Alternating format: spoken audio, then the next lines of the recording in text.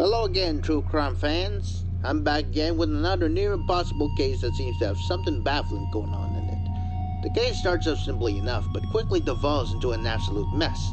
This is one of the strangest cases I've ever looked into. I have absolutely no idea what is going on with the case on almost any level. It starts off simply enough. In 1987, Spiros Papademos walks into the police office of Agia Marina, Crete, and confesses to a murder. He says that he followed Vasilis Korakas home from a bar 4 weeks ago in an attempt to rob him. The robbery went wrong, and Spiros ended up killing Vasilis by hitting him in the head with a metal pipe that he had been trying to use for intimidation. After the murder, Spiros panicked and dragged the body off the side of the road, dragging him into the basement of an abandoned house that was near the scene of the crime. He wrapped the body in a tarp and left it there, taking the money off the body and running away. Weeks later, however, he was racked with guilt and walked into the police station to confess to the crime. The police went to the house where Spiros had said that he stashed Vasilis' corpse and indeed found a body, with a receipt from the bar, printed with the date in question. The corpse was identified as Vasilis Korakas, matched with an ID on the corpse, and the police quickly took Spiros into custody and prepared for a trial. There's only one problem with the case. Absolutely none of it happened. None of it could have happened. The first problem with the case was quickly uncovered during initial stages of investigation. Following the discovery of the corpse, there was a problem. Spiros had an airtight alibi. Perhaps one of the best alibis I have ever seen in my time dealing with true crime. 1 week prior to his confession, Spiros had been released from a 6-month prison sentence. The police, while doing their background check on Spiros, quickly discovered a record of his sentence and called the prison to confirm if he had really served his time. The guards affirmed that was true, and even checked in with Spiros' supervisor in the prison kitchen, who told the guards that Spiros had been one of his best workers, and they had never missed a day after starting soon into his sentence, including, by definition, the day of the supposed murder. Maybe the crime had been committed before his sentence, but he was only able to confess to the murder after his release. No, the coroner confirmed that the amount of decay on the body was consistent with the 4-week time frame for death. Further, the bartender from the bar where the receipt was from, and where Spiros said he followed Vasilis home from, remembered Vasilis coming in and clearing out a large tab, giving him receipt for it, the same receipt found on the corpse.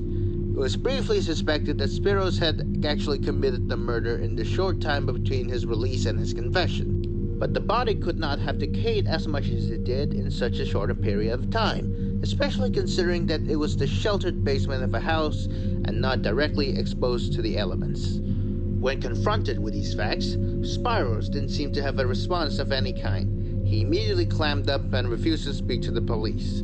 He spent some time in his cell muttering to himself after this.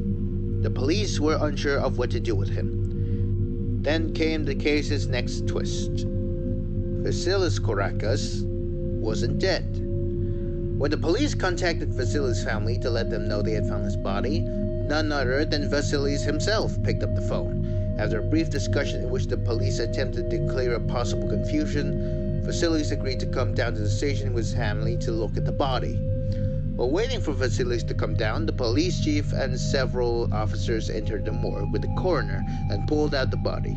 They checked it against the ID from the wall that they had taken off the body and confirmed that the face did look about the same, accounting for decomposition. They took a few photographs of the corpse at this time and then put the body back. Then Vasilis showed up. He produced a photo ID, an identical match to the ID the police had taken off the corpse. An officer compared the two and determined that both were apparently legitimate. Vasilis was the only boy of the family. His other 3 siblings were all girls, and he didn't have any cousins around his age, and there was nobody in his family who he could be mistaken for. The entourage of police and the Korakas family entered the morgue. They opened up the locker where the body had been stored and found it empty. The body was gone. They turned to the coroner, who said he hadn't touched anything. A security camera happened to have been pointing directly at the locker. It captured the police putting the body back in, the coroner sitting in front of the locker doing paperwork, and then the police opening the locker back up. At no point in between was the locker touched. The presence of the coroner sitting in front of the locker, continually moving, practically proved the footage wasn't edited. Scrambling and confused, the police grabbed the evidence photos they had collected, which did indeed still show a corpse, one that matched Vasilis. So at one point, there had been a corpse, which they did discover in the basement of an abandoned house. They had taken an idea of the corpse, one they still had, but the victim wasn't dead. To double check everything, the police sent an agent to the scene of the crime. The abandoned house didn't have a basement. The police finally took Spyros back into the interrogation chamber. They explained their findings and asked him what he had to say for himself. Well, I reckon I didn't do it. This was not a satisfying answer, but it still seemed to be the case. Without a body, without a time frame for the murderer to have committed the crime, without a crime scene, and without even a death, the police were forced to release Spyros from custody.